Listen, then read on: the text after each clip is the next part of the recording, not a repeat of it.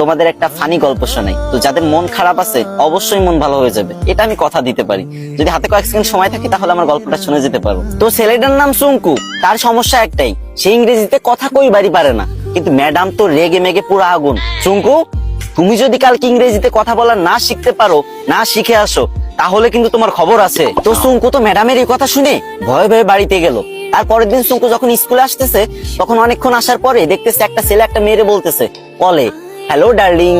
তখন সুঙ্কু বলল, এই তো পাইছি রে, এটাই তো ইংরেজি। হ্যাঁ রে আল্লাহ, এত সহজ কথা আর আমি শিখতে পারি না। যাক, এটা আমি মুখস্থ করে নি। তো সুঙ্কু মুখস্থ করে নিল, হ্যালো ডার্লিং। চুঙ্কু ভাবলো রাস্তাঘাটে মনে হয় মানুষ ইংরেজি বলে সবাই, তো এবার থেকে যার ইংরেজি শুনবে সেটাই মুখস্থ করে নেবে। তো চুঙ্কু আর একটু দূর আগে যাওয়ার পরে পার্কের ধারে একটা মেয়ে একটা ছেলের বলতেছে, সেটা ননসেন্স। তো চুঙ্কু বলবে, এই তো আর একটা ইংরেজি পাইছি, সেটা ননসেন্স। এটা শিখে নিল।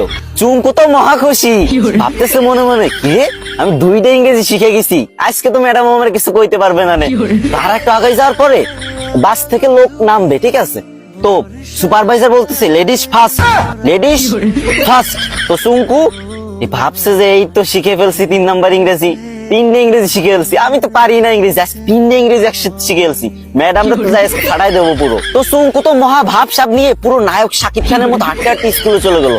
স্কুলে যাবার পর যখন ম্যাডাম ক্লাসে আসলো, তখন সবাই দাঁড়ায় বললো, গুড মর্নিং ম্যাম।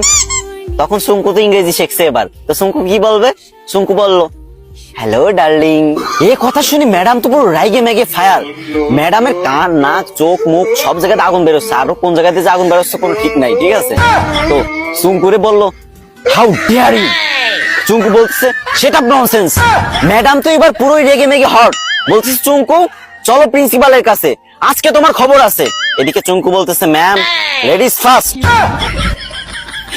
গাইস, তোমাদের হাসানোর জন্য মেয়েদের থেকেও বেশি ন্যাকামি করতে হয়। তো তোমরা হাসছো তো, মন ভালো হয়েছে তো, কিন্তু আমার কিন্তু কষ্ট হয়েছে অনেক, গলাটা পুরো ভেঙে গেছে।